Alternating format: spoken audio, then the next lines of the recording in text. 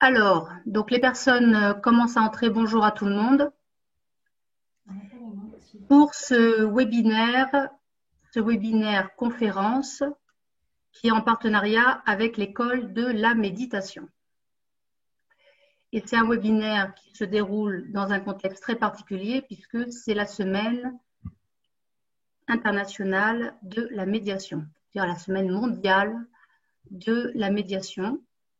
Donc, on avait souhaité que le CEMA puisse intervenir durant cette semaine, vous offrir quelque chose. Et ce webinaire, il a aussi quelque chose de spécifique, c'est qu'il y aura une médiatrice, mais pas une médiatrice, il y aura aussi quelqu'un qui est intervenant en méditation dans l'école de la méditation, mais les deux intervenants ont quelque chose de spécifique, à savoir que ce sont des personnes qui sont en lien avec le monde de la famille et les adolescents. Et je crois d'ailleurs savoir que vous travaillez un peu tous les deux. Anne-Marion et Mathieu, Oui. bonjour. Bonjour Catherine. Voilà. Donc vous êtes tous les deux membres de l'école de la méditation? Oui, qui est partenaire de l'événement de ce soir avec le CEMA. D'accord. Et vous êtes connus d'ailleurs à l'école de la méditation, c'est bien ça? Alors surtout Mathieu qui est vraiment l'un des piliers, un intervenant quasi permanent de l'école, que ce soit, mais Mathieu va le dire mieux que moi, pour l'organisation de l'école, pour la coordination des stages et comme instructeur de méditation. Et moi, je suis membre et je suis membre du conseil d'administration de l'école, mais enfin, ça, c'est un détail important quand même. Voilà, en tout cas, c'est une école qui nous est vraiment chère. Ouais. Et Mathieu, toi, tu y es depuis? Depuis bientôt 10 ans. Bientôt 10 ans que j'ai démarré la méditation. Au départ, comme simple membre, et j'ai découvert de manière personnelle la pratique. Et peu à peu, ça a tellement transformé ma vie que j'en ai fait un chemin. Et peu à peu, j'ai transmis, j'ai enseigné dans l'école de méditation à travers des stages, parce qu'on organise énormément de stages voilà, dans toute la France. Et peu à peu, j'ai eu aussi le désir de transmettre à l'extérieur de l'école et principalement aux adolescents. Et on va venir à cette question aussi. D'ailleurs, à ce sujet, je crois que tu as écrit un livre Oui, concernant la méditation et les adolescents qui vient de sortir, si je ne m'abuse. Voilà. Et si la méditation était la solution? Là, on le voit bien. Voilà. C'est un super bouquin. Ça se lit facilement. Il y a plein de choses. C'est très personnel sur Mathieu. Il y a plein de choses sur la méditation qui permettent d'aborder vraiment la méditation de façon claire et didactique. Et puis, je voulais ajouter que Mathieu n'est pas étranger à la médiation parce qu'en tant qu'éducateur et intervenant dans les foyers, collèges, lycées, tu as quand même un rôle de médiation, que ce soit entre les jeunes dans la rue ou entre les adolescents et le corps enseignant ou encadrant. C'est clair qu'avant de transmettre la méditation et que ça devienne mon métier, j'ai une formation d'éducateur spécialisé.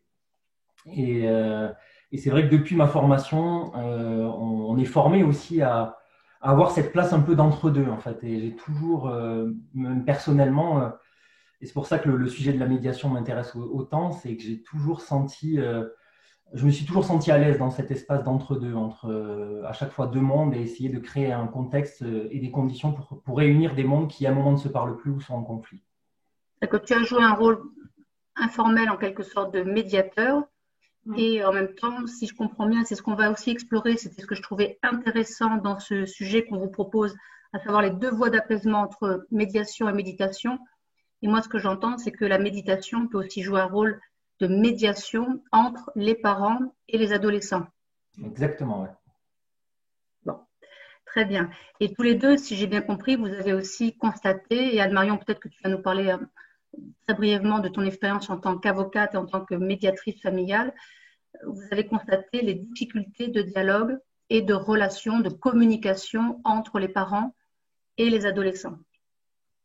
Ah ben ça, c'est clair. Moi, en tant qu'avocat et de médiateur formé à la médiation parents-ados et pour recevoir donc des ados, pour avoir reçu des enfants aussi dans le cadre de conflits parentaux, hein, des enfants qui demandaient à être entendus, On voit bien les difficultés. On voit souvent à la marge de dossiers de séparation parentale, par exemple, soit au moment de la séparation, soit après, à quel point le dialogue entre l'un des parents et un adolescent peut se rompre.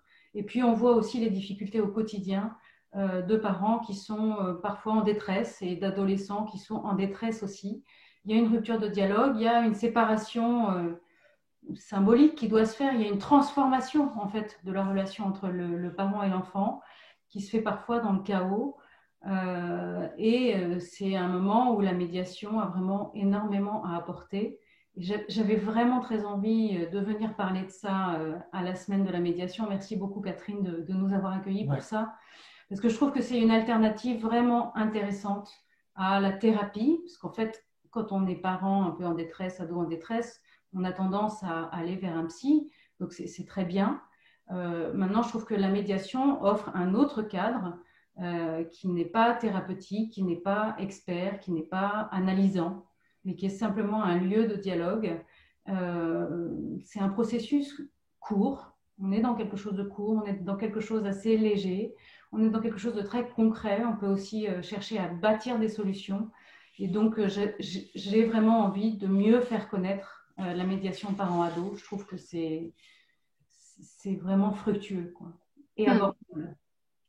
Et donc, toi, comme Mathieu, vous avez un petit peu une sorte de spécialisation dans l'écoute de l'enfant et de l'adolescent. Parce que tu formes aussi de manière spécifique les avocats à cette écoute de l'enfant et de l'adolescent. Oui, absolument. On a fait tout un travail de recherche à l'Institut du droit de la famille et du patrimoine sur l'écoute de l'enfant, notamment dans les dossiers amiables, c'est-à-dire les dossiers où le juge n'intervient pas, puisqu'on s'est rendu compte que les enfants et les adolescents, à ce moment-là, n'étaient pas tellement écoutés, qu'ils n'avaient pas accès au juge par définition. Et donc, on a mis au point un processus pour écouter et recevoir les enfants dans ces affaires-là. Et on a monté une formation à l'écoute de l'enfant et à ce processus d'audition de l'enfant, que ce soit dans un cadre de médiation ou en dehors de la médiation. Donc, je forme en effet à l'écoute de l'enfant dans différentes instances. D'accord, d'accord. Bon, je pense qu'on va pouvoir commencer puisqu'il est presque 6h10. Alors d'habitude, c'est notre 5e webinaire. D'habitude, je pose un certain nombre de questions d'emblée et les intervenants y répondent au fur et à mesure. Là, on va un petit peu changer, après avoir médité ensemble, à la manière de structurer ce webinaire. Donc, je vais vous poser des questions au fur et à mesure et vous allez pouvoir y répondre. Et je n'oublierai pas, bien évidemment, les questions sur le chat qui pourront être posées. Et on essaiera de relayer les questions que les participants pourront nous poser vous poser à travers le chat, sachant qu'on a grosso modo un peu plus d'1h30, mais comme à 20h, il y a un événement assez important qui mobilise peut-être tout le monde, eh bien, nous arrêterons avant 20h, bien sûr. Voilà, alors j'aimerais commencer, si vous le voulez bien, tous les deux, Mathieu et Anne-Marion. Donc Mathieu Brégegère et Anne-Marion de Cailleux. J'aimerais commencer par une question, parce que j'espère, c'est ce qu'on souhaitait, qu'il n'y a pas que des spécialistes en méditation et pas que des médiateurs dans ce webinaire. J'espère qu'il y a aussi des familles. C'était ça l'enjeu, qu'on ouvre ce webinaire à des non-professionnels. Et même d'ailleurs à travers, même s'il y a des médiateurs ou des spécialistes en méditation, j'imagine que tous ont à un moment donné été adolescents et que tous sont peut-être d'une manière ou d'une autre inscrits dans une famille et que peut-être certains sont parents.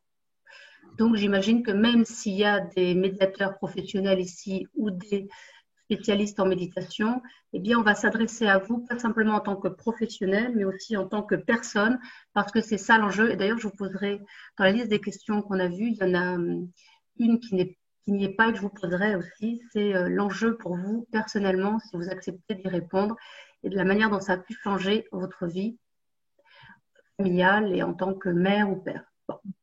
Alors, d'abord, puisque j'espère qu'il y a des personnes qui ne sont pas spécialistes en méditation ou en médiation, de manière très brève, Anne-Marion, est-ce que tu pourrais nous dire pour toi ce qu'est la médiation? Le dernier webinaire a montré qu'il n'y a pas forcément un accord sur ce qu'est la médiation. Et donc, comment toi tu l'entends? Parce que c'est ça aussi, pas une définition abstraite et objective, mais comment toi tu vois la médiation. Et du coup, on comprendra mieux aussi comment la méditation peut s'intégrer à ta pratique de médiatrice. Alors, la médiation, c'est un espace. Alors, on dit un processus, mais je trouve que ce mot est un petit peu technique pour les non-médiateurs. J'aime bien dire dispositif, où on va se mettre autour d'une table, tout simplement. Et puis, sous l'égide du médiateur, et avec sa présence et son accueil bienveillant, on va réunir les conditions pour favoriser la reprise du dialogue, l'abaissement des tensions, l'intercompréhension entre les personnes et, le cas échéant, la construction de solutions très concrètes quand il y a un conflit ou, je sais pas, une séparation organisée, par exemple.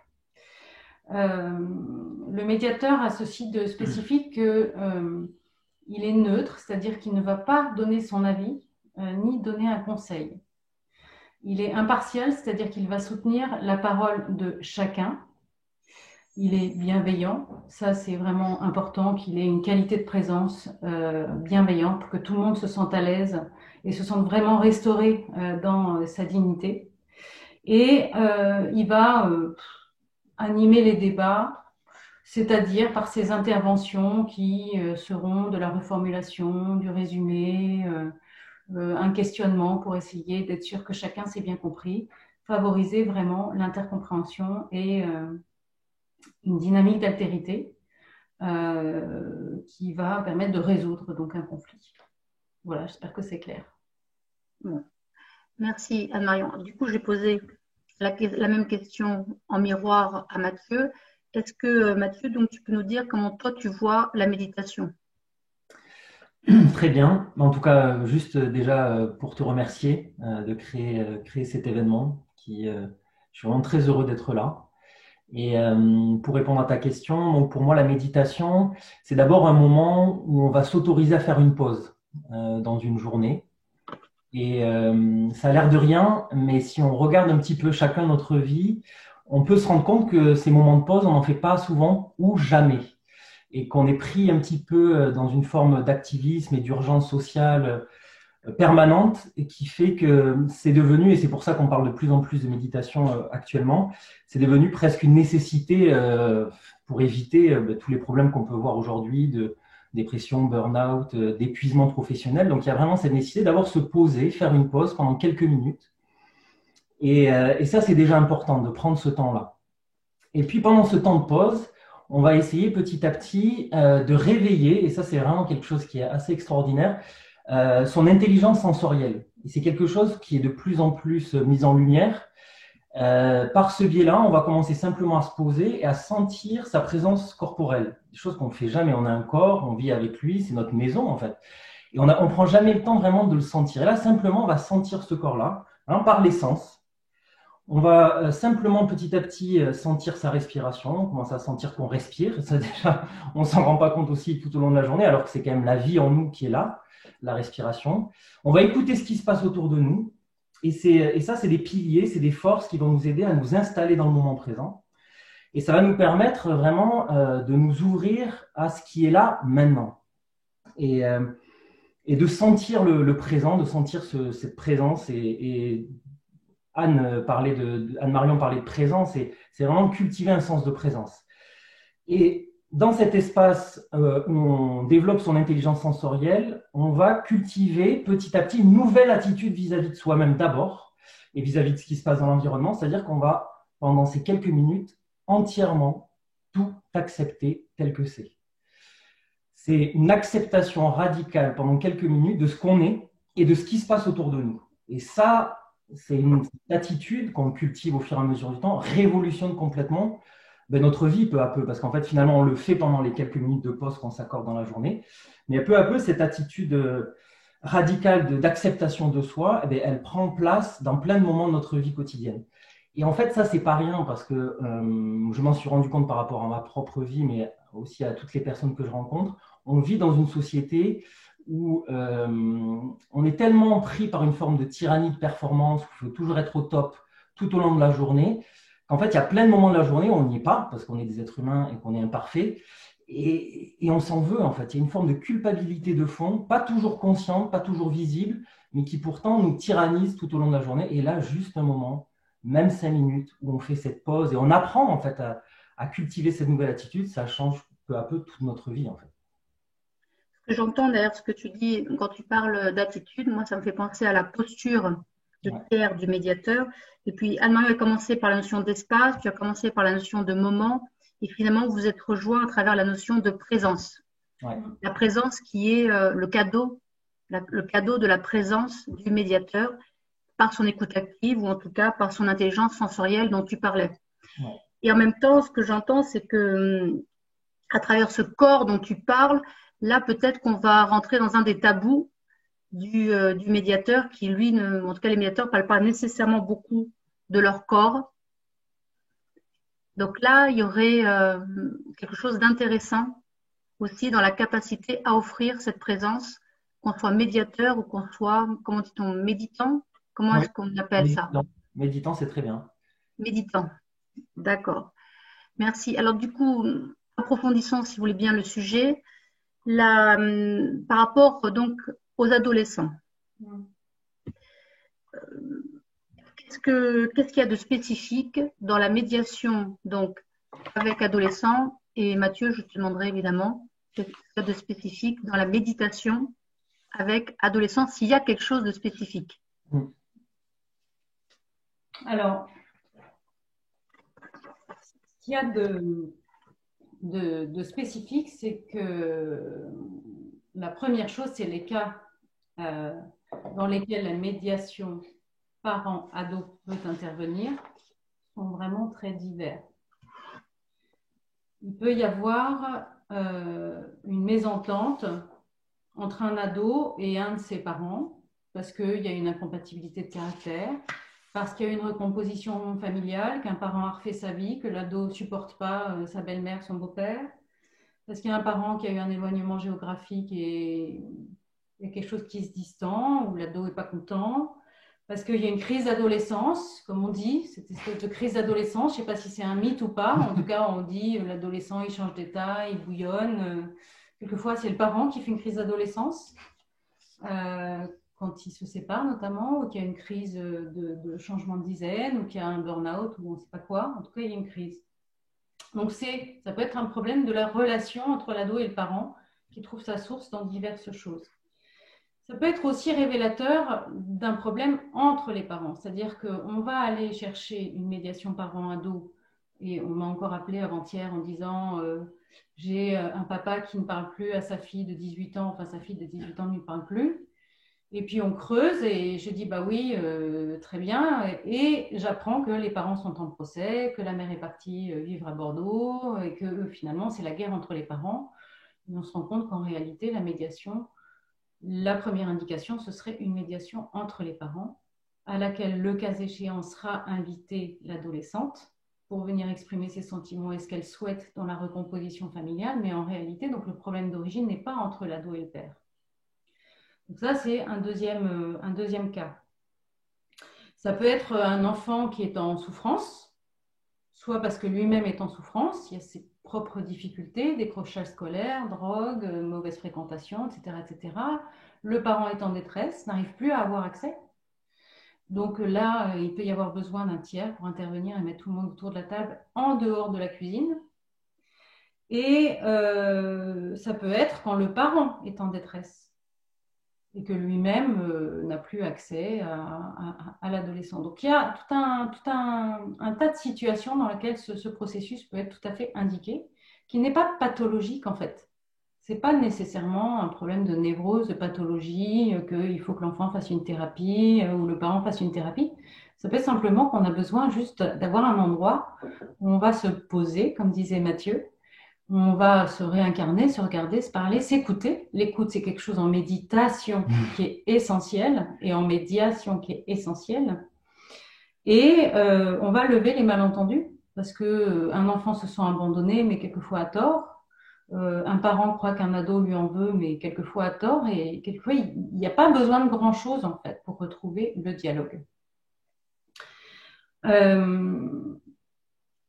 La médiation parent-ado, je la trouve particulièrement pertinente parce que la parole de l'ado, elle est souvent considérée comme peu crédible.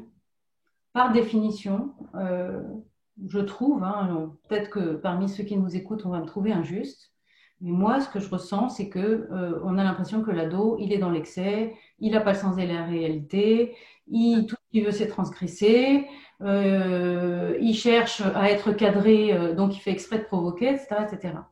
Et on ne va pas forcément avoir la capacité, surtout quand on est parent, à aller le chercher là où il est. Parce que, on va dire, non, mais de toute façon, il est en crise.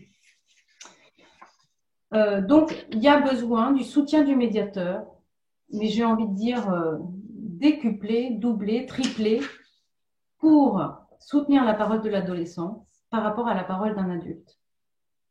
Parce qu'il a d'autant plus besoin d'être crédibilisé, cet enfant-là. Donc, la spécificité de la médiation parent-ado, ça va être, moi, c'est comme ça que je pratique, que je vais plus soutenir la parole de l'adolescent que celle du parent parce qu'il y a besoin d'un effort plus important pour le comprendre de là où il est en laissant tomber ses catégories et ses références de parents.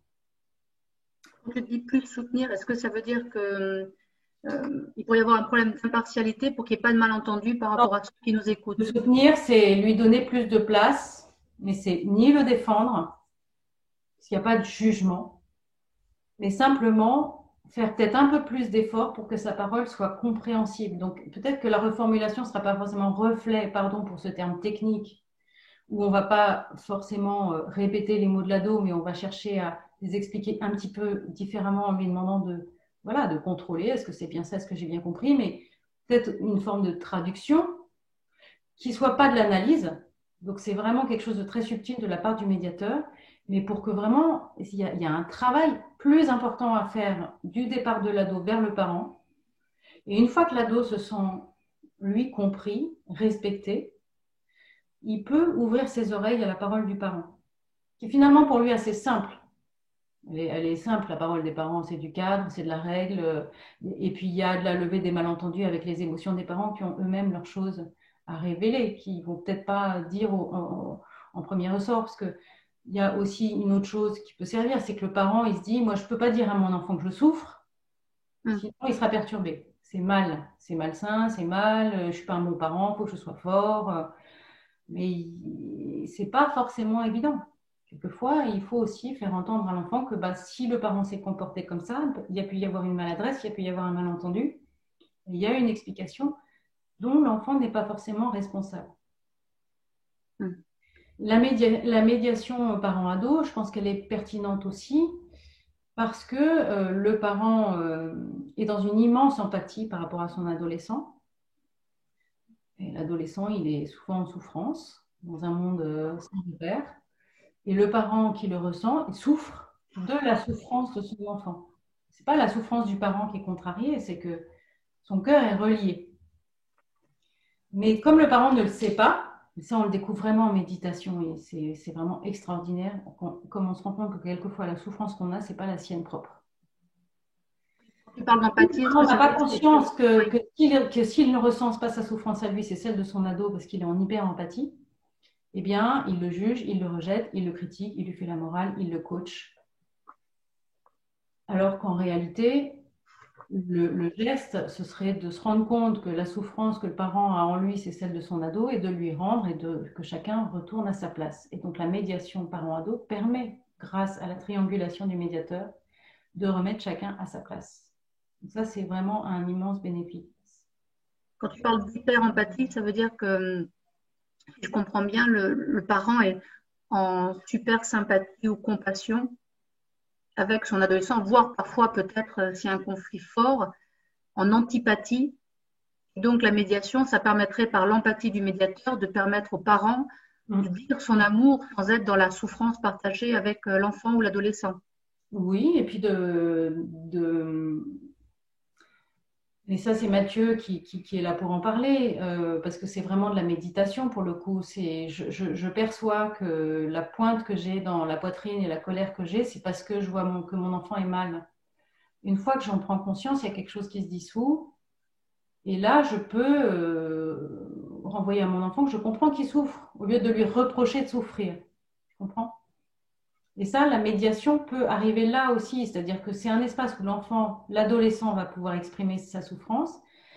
Et il y a la triangulation du médiateur qui donne de l'espace et qui permet aux parents de ne pas être forcément hyper touchés à ce moment-là. Parce que chacun est à sa place. Ça permet une juste distance, c'est ça? Oui, on pourrait dire ça. D'accord. Par la médiation du médiateur et par la médiation de la parole du médiateur qui va reformuler et permettre de lever les malentendus. C'est bien ça? Exactement. D'accord.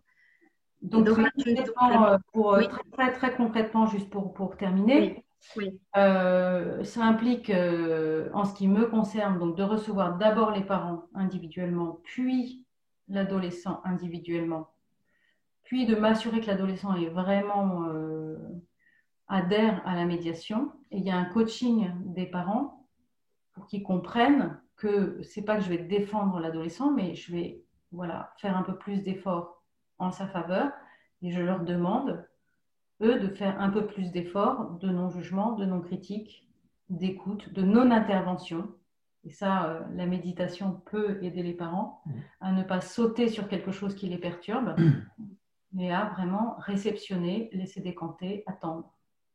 Quand tu parles du fait que tu reçois l'adolescent individuellement et qu'il y a un coaching des parents, du coup, je vais te poser deux questions. Est-ce que ça implique d'être coach et est-ce que ça implique d'avoir une formation spécifique pour pouvoir être à l'écoute de l'adolescent? Alors, est-ce qu'il faut avoir une formation spécifique? Je pense un minimum. Un minimum quand même. Il y a quand même quelques petites choses à savoir sur le fonctionnement de l'adolescent qui font que on va avoir une manière un peu plus subtile de s'adresser à lui, pas être dans la séduction. Enfin, c'est des choses simples, ça relève du bon sens, mais ça fait du bien de se former quand même pour apprendre ce qu'on sait déjà. Et pour le coaching des parents, quand je dis coaching, c'est juste les briefer avant.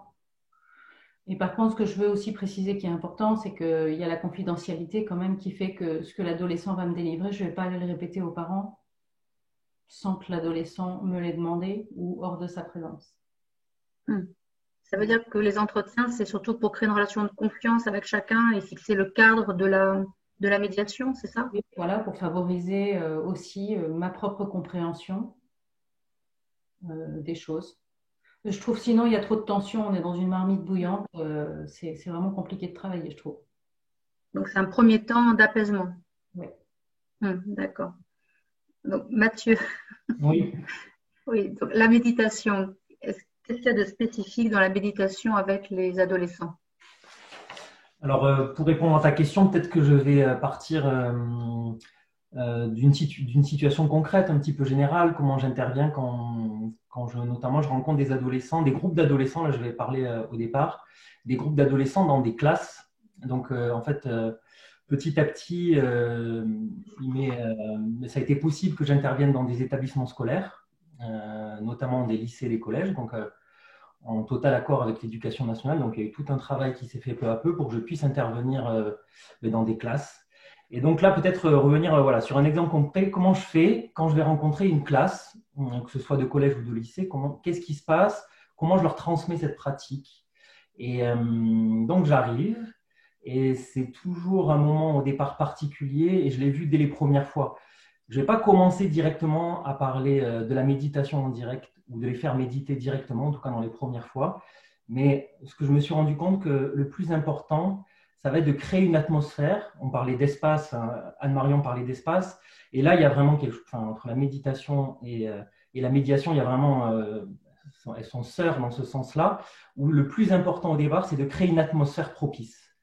Et au-delà de leur transmettre cette pratique de la méditation, moi, ce que ça a changé dans ma vie, c'est une possibilité de plus en plus fine à assumer qui je suis complètement, à assumer ma vie, à assumer mes failles, à assumer mes difficultés, à assumer aussi la part en moi qui était géniale aussi. Enfin, vraiment prendre le pack en entier. Et ce que je me rends compte beaucoup quand j'ai côtoyé les ados, quand j'étais éducateur et qui me frappait, c'était justement dans ce moment de crise où cette vulnérabilité est tellement saillante pour eux dans ce passage, comment leur permettre d'accueillir et d'accepter ça grâce à cette pratique, alors que dans le monde dans lequel ils sont immergés depuis qu'ils sont tout petits, on leur dit ne montre pas tes failles, sois fort, un peu ce que tu disais Anne-Marion, la vulnérabilité c'est une faiblesse. Et eux, ils vivent ça parce qu'ils peuvent, ça sort dans tous les sens et on leur dit de non, il ne faut surtout pas montrer ces failles-là. Ça devient une situation presque intenable pour beaucoup. Donc, il y en a certains qui se replient sur eux et qui sont parfaits. Et je me suis rendu compte petit à petit que ces ados invisibles, ils avaient autant besoin aussi d'avoir un espace pour pouvoir montrer ce qui se passe en eux. Et puis, il y a ceux qui sont très visibles et qui le montrent, qui ne sont pas contents par des violences, par une forme de désobéissance permanente, ou que ce soit par la parole, ou par… voilà, donc quand j'arrive dans… Voilà, ça c'était pour montrer un peu l'espace que j'essaye de créer. Et donc, pour créer cet espace, quand j'arrive dans la classe, c'est vraiment l'idée de parler vrai. Et vraiment de parler une manière, ce que je me suis rendu compte, qui n'est pas le langage de la communication qu'on entend habituellement partout, à la télé, dans les médias. Quand quelqu'un parle, il a été formé à la communication, il parle en communiquant. Et là, j'essaye de passer par un autre chemin qui est de parler vrai, qu'est-ce qui se passe, partir de ma situation. Enfin, souvent, j'essaye de mettre en lumière la pratique et notamment les phénomènes que m'a permis de transformer la pratique de manière très, très directe, par des exemples très concrets de ma vie. Et je vois très vite que cette nouvelle manière d'aborder la parole les accroche. Et à partir du moment où il y a une accroche, et ça, c'est un peu mon métier, parce que j'étais éducateur de rue et j'ai beaucoup travaillé avec des bandes de jeunes. Et donc, ce que j'essaie de voir au début, c'est de repérer aussi les leaders dans la classe, de voir comment ils se positionnent. Et c'est sûr que chaque intervention dans une classe est totalement différente par rapport aux jeunes qu'il y a dedans. En fait, j'essaie de vraiment tisser mon intervention aussi à partir de ce qu'ils sont et des premières émergences, de leurs premières questions, des premières remarques. Et à partir de là, j'essaye de leur montrer très, très concrètement comment la méditation pourrait les aider, notamment à travers, alors il y a plein d'exemples, mais on parle beaucoup, par exemple, de la difficulté d'être attentif actuellement pour eux, sans les culpabiliser, sans faire de la morale, mais c'est vraiment essayer de leur montrer, notamment par les réseaux sociaux, par les écrans, comment finalement rester attentif à un cours de physique pendant 1 heure, c'est de plus en plus difficile, toutes les recherches le montrent, et j'essaie de leur montrer pourquoi en fait c'est si difficile d'être attentif en classe. Et là, de suite, quand on parle des écrans, quand on parle des séries, c'est ce genre d'exemple aussi, ça commence à leur parler, ils commencent à parler. Et j'essaie vraiment de créer une situation où ils peuvent interagir. Et donc, ils commencent à lever le doigt, à prendre la parole. Et c'est là aussi où je fais un lien très fort avec la médiation, c'est comment écouter la parole, et notamment les premières. Je vois que c'est très, très important. La première fois qu'un des adolescents d'une classe parle, comment je vais être capable de l'écouter entièrement avec une vraie considération. Enfin, moi, je trouve c'est le mot qui me plaît tellement, enfin, je trouve tellement profond, c'est de le considérer. Peu importe ce qu'il dit au fond, c'est de trouver par quelle manière je vais pouvoir entendre ce qu'il me dit vraiment. Et ça, quand j'y arrive, en tout cas, je fais tout pour y arriver, je sens que pour lui ou pour elle, il se passe quelque chose. Elle se sent reconnue, entendue. Quoi que je te réponde, en fait, au fond, c'est pas ça. C'est comme s'il y avait une reconnaissance de la parole intime de quelqu'un. Et là, c'est pour ça que ça change l'atmosphère. C'est les autres sentent là qui peuvent peu à peu s'autoriser à eux aussi prendre la parole. Et comme ça, il y a une dynamique qui se met en place où de plus en plus d'élèves prennent la parole, c'est entendu. Je mets des règles aussi, j'ai oublié de le dire au début, c'est que dès le début, et la règle la plus importante à laquelle j'essaie de tenir à chaque fois et d'être très vigilant, c'est qu'il n'y a aucune moquerie.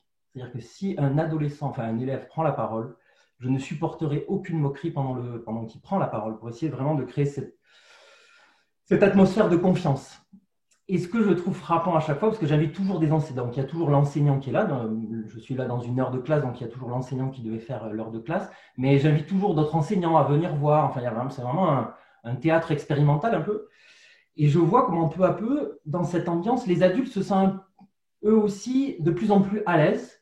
Et j'ai un exemple notamment sur les écrans qui m'avait vraiment frappé, où les jeunes commencent à parler des séries et comment ils sont pris en fait par ce système des séries. Ils regardent un épisode et puis tout d'un coup, on parle beaucoup de Netflix et puis après ils en regardent un second, ils sont pris et des fois, ils regardent l'heure, il est 4 heures du matin, ils disent « Oh là là, ils ne se rendent pas compte et demain ils ont cours, oh là là ».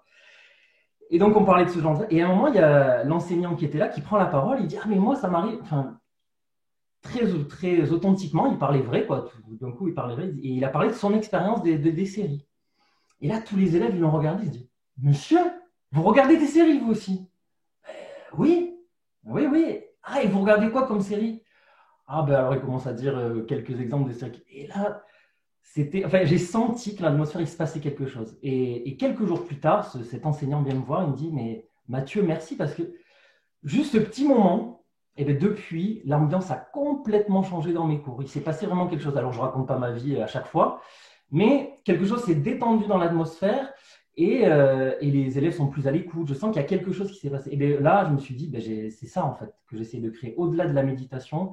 Avant tout, ce qu'elle permet, cette méditation, c'est de créer une atmosphère où on peut juste être soi-même, parler vrai et s'assumer en fait dans sa parole. Et ça fait un bien fou à tout le monde. Et les ados se sentent un peu comme à la maison. Et à la fin de la séance, on dit, ben là, j'ai passé un moment important. Et plus ça accroche, et petit à petit, ben, j'amène aussi le moment de la pratique. Et là, c'est beaucoup plus simple en fait de les faire pratiquer dans ce moment-là. Et là, vraiment, c'est des petits temps de pratique. C'est-à-dire que peut-être avec des adultes, on va commencer par des temps de 10 minutes, 15 minutes, 20 minutes. Là, vraiment, et c'est aussi parce que je veux que ça soit adapté aussi au temps de la classe. On commence par des temps plutôt de 2-3 minutes. Et déjà, 2-3 minutes, même si je l'ai dit, donc le silence n'est pas complet, mais juste de rien faire pour un adolescent, mais même on le voit pour les adultes aussi, pendant même 30 secondes, enfin, il y a un moment de panique, parce qu'on n'est plus habitué à goûter le silence, on n'est plus habitué à pas forcément gesticuler pendant… Enfin, donc le fait qu'ils doivent, même si j'insiste pas sur l'immobilité, parce que c'est impossible avec certains ados, mais même si le fait de rester un peu tranquille et de faire silence pendant quelques minutes, pour certains, au début, c'est la panique. Et j'essaye de les accompagner à voir que ce temps de panique, en fait, c'est quelques secondes, en fait.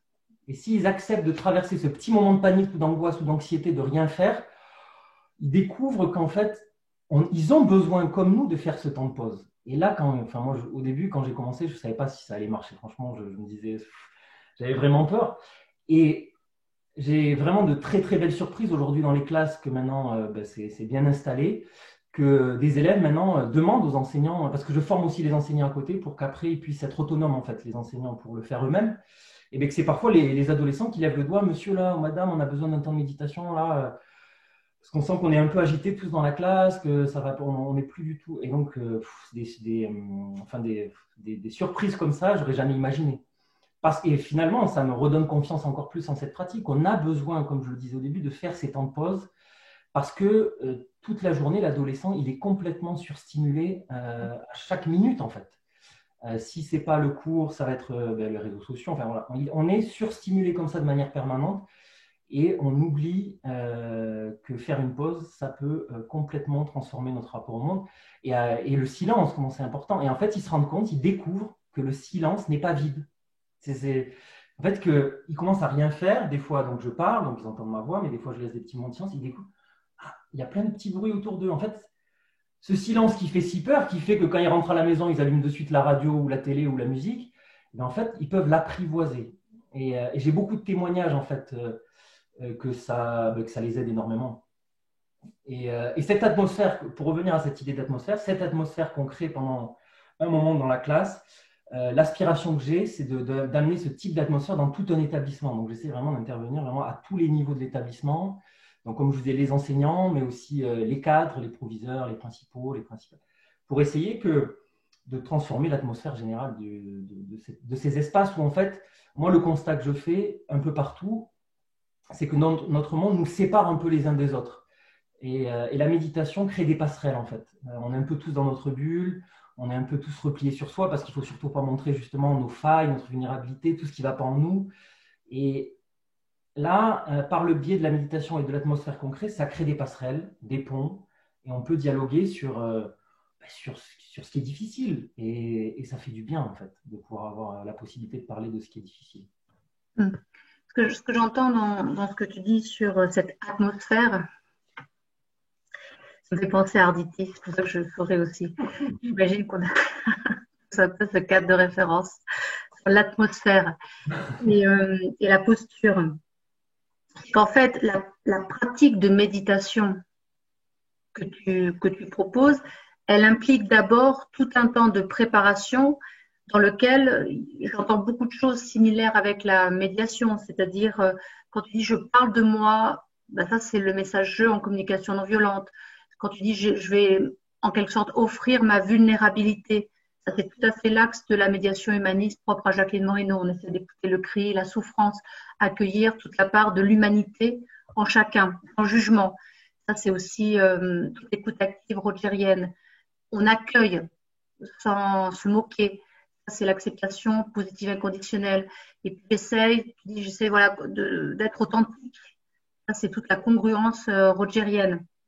J'entends beaucoup, beaucoup de choses qui sont très similaires à la médiation, comme si en fait, sans le savoir, tu mettais en place un espace de communication qui peut être un espace de médiation, puisqu'en même temps, tu leur parles de toi, ils te parlent d'eux, ces adolescents, et en même temps, l'enseignant ou les enseignants vont commencer à parler d'eux-mêmes. Et du coup, chacun parlant de soi, il y a comme un nous qui commence à émerger. Exactement.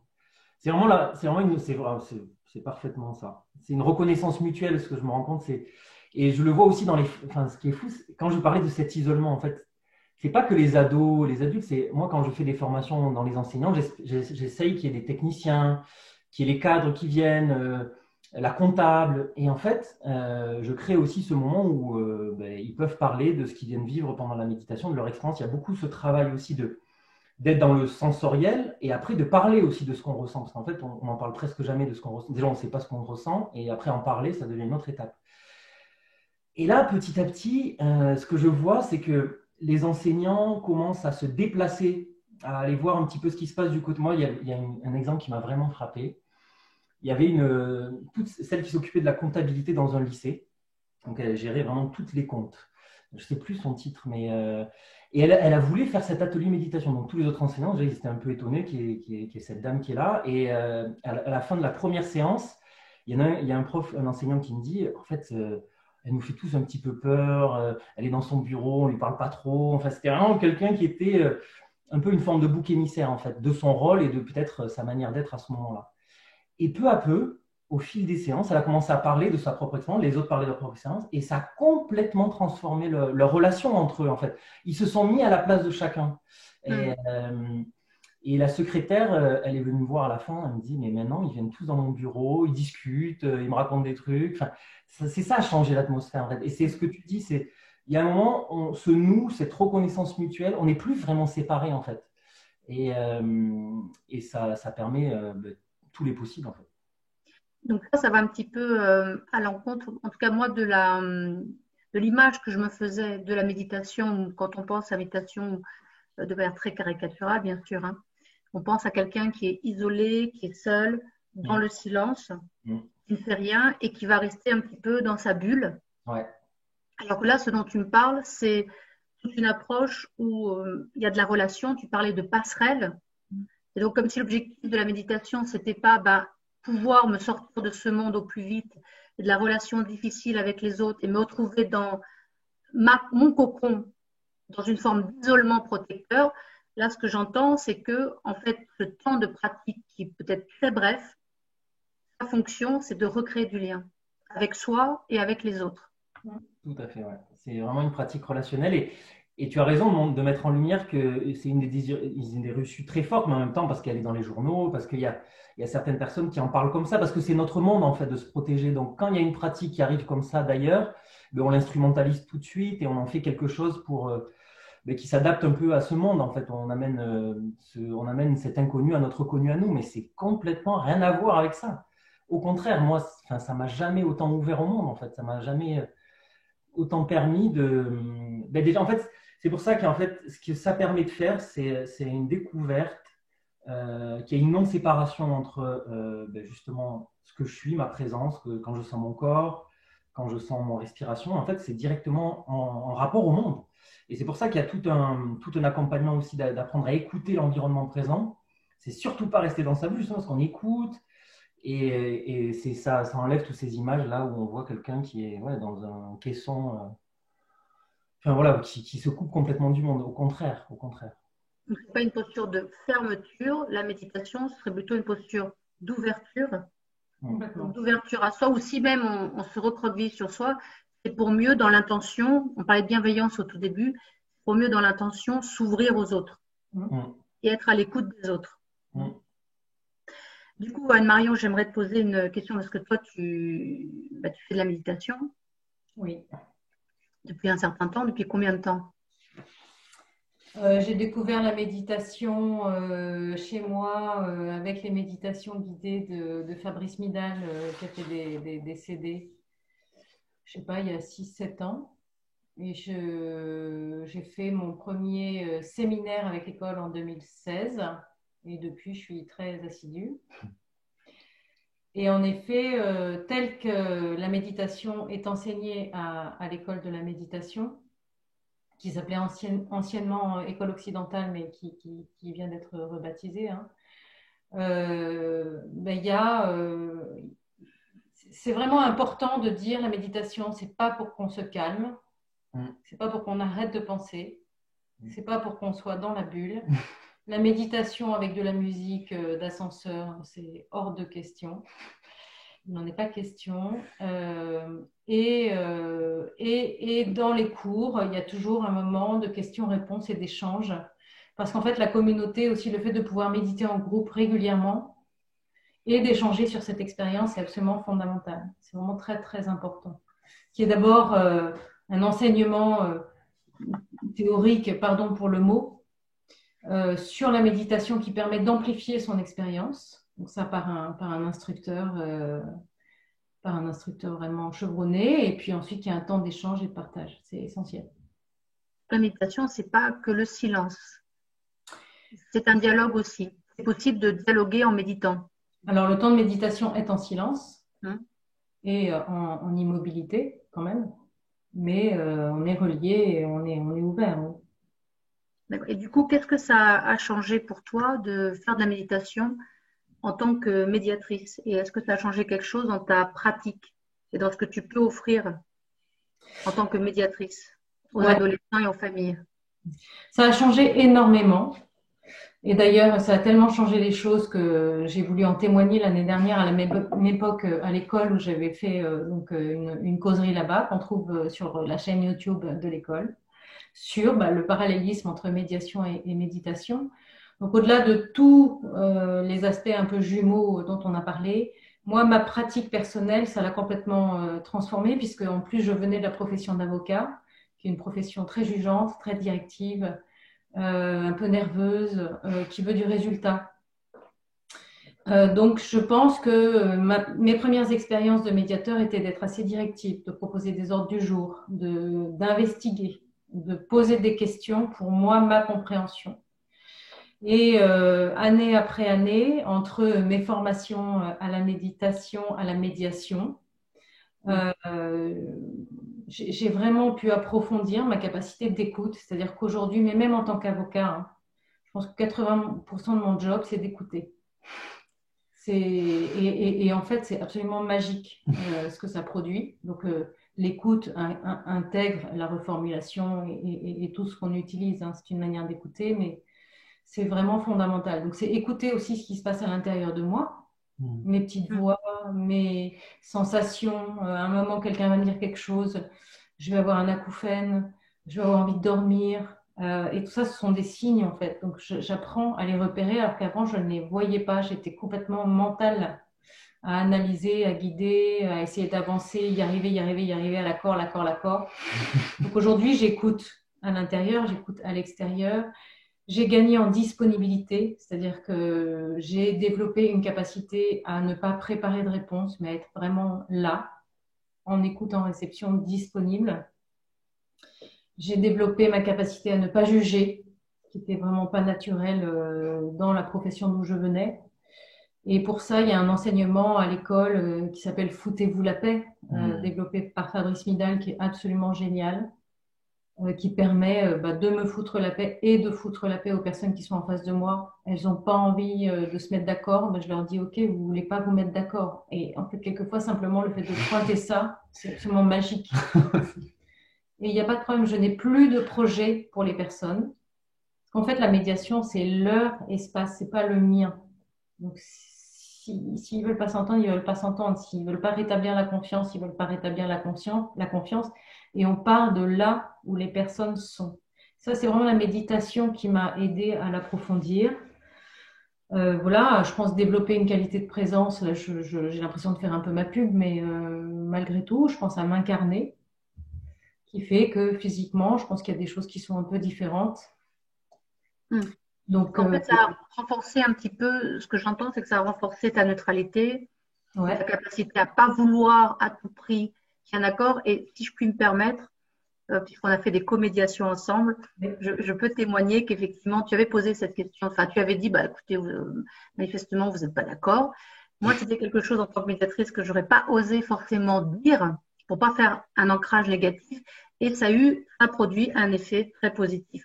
C'est-à-dire qu'à partir du moment où tu as posé, vous n'êtes pas d'accord, apparemment, bon. Bien, ils ont cheminé pour t'accorder. Donc moi, j'avais été assez bluffée, je ne savais pas. Maintenant, je comprends que c'était lié à ta pratique de méditation. Et puis on leur rend, oui, complètement. Ça permet de rendre aux personnes ce qui leur appartient et de les reconnaître telles qu'elles sont et de les accepter telles qu'elles sont sans jugement et sans projet. Il n'y a rien à réussir dans la méditation. Il n'y a rien à réussir dans la médiation. Et c'est ce qui fait que ça fonctionne. Pardon pour le fonctionnement, parce qu'en méditation, on ne peut pas parler de fonctionnement. C'est pour ça que ça se transforme. Une efficience sans être dans la recherche permanente d'efficacité. Ouais. Oui. D'accord. Et alors du coup, Mathieu, est-ce qu'il peut y avoir un intérêt, là j'ai l'impression que s'il y a des médiateurs qui écoutent ou s'il y a des familles qui écoutent, je te dis, moi je voudrais quelqu'un qui soit médiateur mais formé à la méditation. Est-ce qu'il pourrait y avoir un intérêt à ce que les méditants se forment à la méditation? Oui, c'est clair. Déjà que les médiateurs se forment à la méditation, je pense que Anne est l'exemple qu'on entend. Témoigner largement. Voilà, et là je me dis c'est clair, ça peut apporter tout ça. Et pour les méditants d'être formés à la médiation, je pense que ça pourrait être vraiment un plus énorme. Parce que en fait, il y a toute cette approche, par exemple, que moi j'ai découverte aussi par le biais de ma formation d'éducateur spécialisé, quand tu parlais de Carl Rogers et de cette manière d'écouter. Je pense que ça pourrait être un appui assez aidant pour permettre aux méditants de continuer à aller plus loin. Ce serait comme une formation parallèle, mais qui se rejoindrait, pour continuer à être capable, moi ce que je trouve, de développer cette neutralité bienveillante concrètement en fait. C'est comme des mises en pratique. Parce que si on se forme à la médiation, c'est qu'on va créer des espaces de médiation et qu'on va essayer d'y être acteur. Et c'est vrai que la pratique, c'est des moments où on fait une pause et l'idée, c'est pas d'en faire juste 5 minutes et puis après séparer sa vie, c'est que ça touche notre vie, que ça transforme notre vie. Mais là, il y aurait des manières très très concrètes de le faire, puisque du coup, il y aurait des espaces qui seraient créés pour permettre entre deux personnes qui sont en conflit ou qui ont un souci, de créer ces atmosphères de dialogue. Et ça, pour moi, ce serait une formation sur le terrain extraordinaire pour les gens qui méditent. Et je pense que ça plairait vraiment à tous les méditants de faire ça, parce qu'en fait, ça fait tellement partie d'eux que ce serait une manière d'être au travail concrète qui les aiderait beaucoup. En tout cas, moi, je trouve ça, c'est passionnant. C'est passionnant, ce monde de la médiation, parce que ça amène ce dialogue où il était coupé ou pas. Mais en tout cas, on en a tellement besoin. On a tellement besoin de ce genre d'espace parce que parfois on n'arrive pas à les créer nous-mêmes en fait. Si c'est l'espace de la médiation, on en a besoin, c'est qu'aujourd'hui ça marque quelque chose de notre temps en fait. C'est qu'on n'arrive plus à le faire presque nous-mêmes. Au fond, ça devrait être naturel en fait qu'on arrive à le faire entre nous, dans nos familles. Et si on a besoin de la médiation aujourd'hui, c'est que c'est un besoin profond d'être en dialogue. On n'y arrive pas. Je le vois dans tous les milieux, mais tous les milieux. Parce que là, moi, la méditation, ça m'amène à aller dans des lycées très huppés, ça m'amène à aller dans des lycées professionnels où les jeunes sont très, très difficiles. Et je vois que dans tous ces milieux, la difficulté, en tout cas là je parle du dialogue, je reviens sur le dialogue ado-parent ou ado-référent-adulte, il est de plus en plus difficile. Et donc oui, les méditants formés à la médiation, ça pourrait être vraiment intéressant. Et vice-versa. Les médiateurs se formant à la méditation et les méditants se formant à la médiation, moi Voilà. je me dis, alors l'idéal ce serait qu'il y ait des co-médiations Ouais, oui. entre médiateurs et méditants. Est-ce que c'est quelque chose que vous avez pratiqué? Est-ce que c'est quelque chose que vous pourriez par exemple offrir aux familles ou aux adolescents? Ah bah oui, moi je pense que ce serait formidable. De toute façon, je trouve qu'une comédiation avec un binôme, avec des profils complémentaires, c'est toujours très très bien. On l'a vu, Catherine, toi et moi, moi du monde des avocats et toi, vraiment de la médiation pure, de la pédagogie. Je trouve que on n'a pas les mêmes visions, même si on a une pratique qui s'est pas mal harmonisée. On n'a pas le même regard. Déjà, on est deux êtres humains, donc on n'entend pas et on ne voit pas les mêmes choses. Mais en plus, là, avec nos bagages culturels, éducatifs et pratiques. Et donc, moi, offrir des comédiations avec Mathieu, par exemple, à des parents et des ados, ce serait le rêve. Pour moi aussi. Du coup, concrètement, s'il y a des familles là, donc on peut imaginer que vous puissiez offrir cette double palette qui va permettre un apaisement, une reconnexion à soi et un meilleur dialogue avec l'autre à travers la méditation. On a vu donc comment tu pratiquais, Mathieu, dans les établissements scolaires et Anne-Marion, comment tu fais avec les familles. Concrètement, comment est-ce que, si une famille, comment est-ce qu'elle peut savoir comment s'orienter pour vous contacter? Est-ce qu'il y a un cas spécifique malgré tout où on va se dire, bon, je vais peut-être commencer par la méditation et après je vais faire de la médiation. Je commence par la médiation et après je peux saupoudrer de la méditation, je finis par de la méditation. Comment s'orienter dans cette offre-là? Je commence par répondre, puis je te laisse après. Je ne sais pas s'il y a un choix à faire.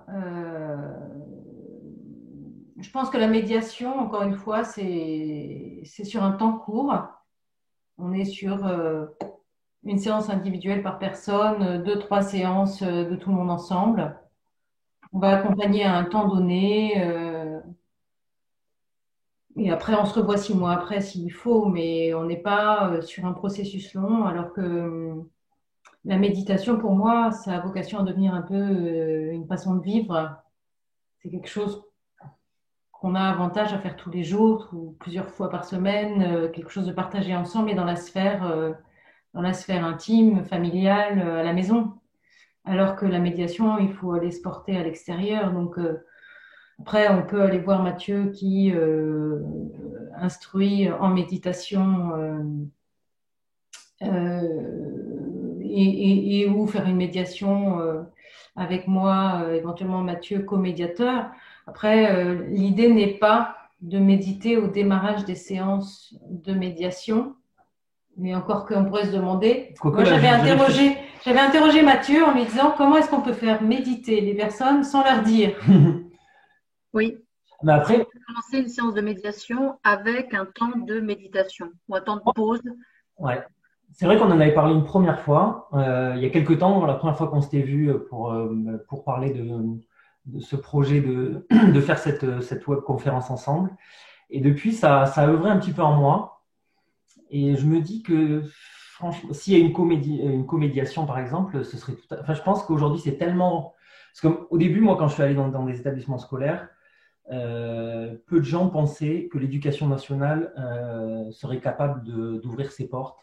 Peu de gens pensaient, même quand on était à l'éducation nationale, que les parents accepteraient que leurs enfants méditent dans cet espace-là, et pourtant si.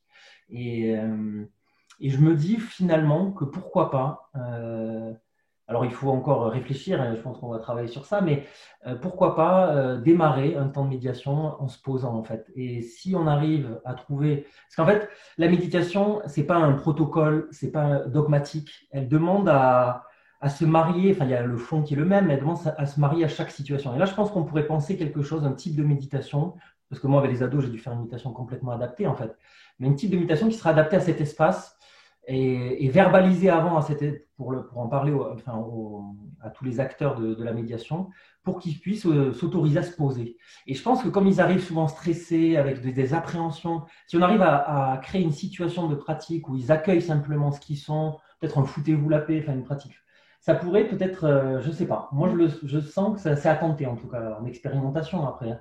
Bon, c'est des expérimentations et voir ce que ça donne. Mais plus j'avance sur ce sujet, plus on discute ensemble, je me dis qu'il y a du possible là.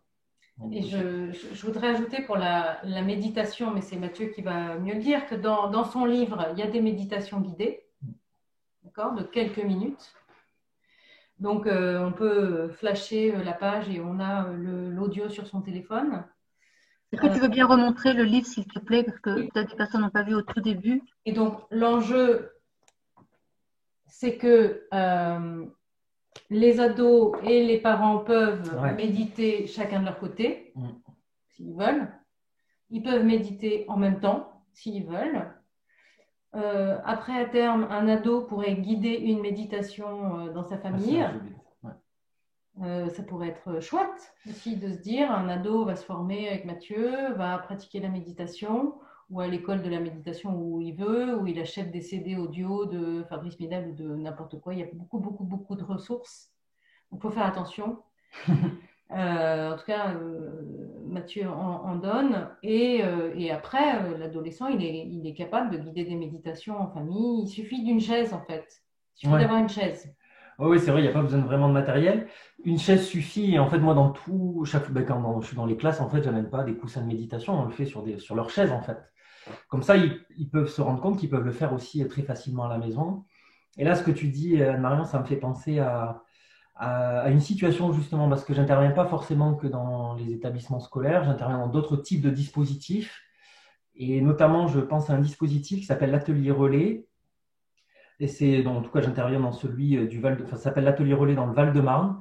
Et en fait, c'est plusieurs collèges qui se sont rassemblés et qui se sont dit que faire de tous les adolescents à un moment qui sont en échec scolaire et on sent, c'est les prémices en prévention, on sent que là, dans quelques mois ou dans quelques semaines, il va craquer. Ou des jeunes qui sont dans des difficultés tellement au niveau de leur comportement que pendant quelques temps, c'est plus possible. Et au lieu de les exclure dans le sens habituel, ils ont décidé de créer un dispositif où ils pouvaient se retrouver dans l'atelier relais. Donc, c'est 8 collégiens qui se retrouvent de tous ces collèges. Et pendant 6 semaines, c'est un temps de 6 semaines où ils se retrouvent avec une enseignante qui est super pro, qui est vraiment, elle est géniale, quoi. Et qui essaie de leur faire retrouver le goût de l'école pendant 6 semaines où ils sont hors de leur collège et de leur classe. Et pour après essayer que quand ils reviennent dans la classe, ça va mieux et ça soit plus facile pour eux. Et là, pendant ces 6 semaines, ils rencontrent aussi plein de personnes de l'extérieur. Et là, dans ces 6 semaines-là, moi, je fais 2 interventions de méditation. Et donc, je fais un atelier méditation. Et ce qui est génial, c'est que cette enseignante, elle médite aussi. Donc, moi, je fais un premier temps, je les vois pendant 1h30. Et après, chaque jour, elle les fait méditer, en fait. Donc, je lance le mouvement avec mon intervention. Elle les fait méditer chaque jour et je reviens une deuxième fois.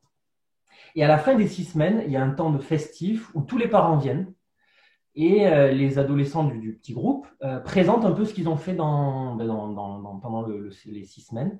Et là, plusieurs fois, c'est arrivé où c'est un des adolescents qui faisait méditer, pour présenter l'atelier méditation, mais il faisait directement méditer les parents, en fait. Enfin, tous les parents réunis et tous les acteurs de l'atelier relais. Et je trouvais ça assez extraordinaire, en fait, de retourner aussi la chose et c'était vraiment un très beau moment. Donc, il y a ce genre de possibilités aussi. Ouais.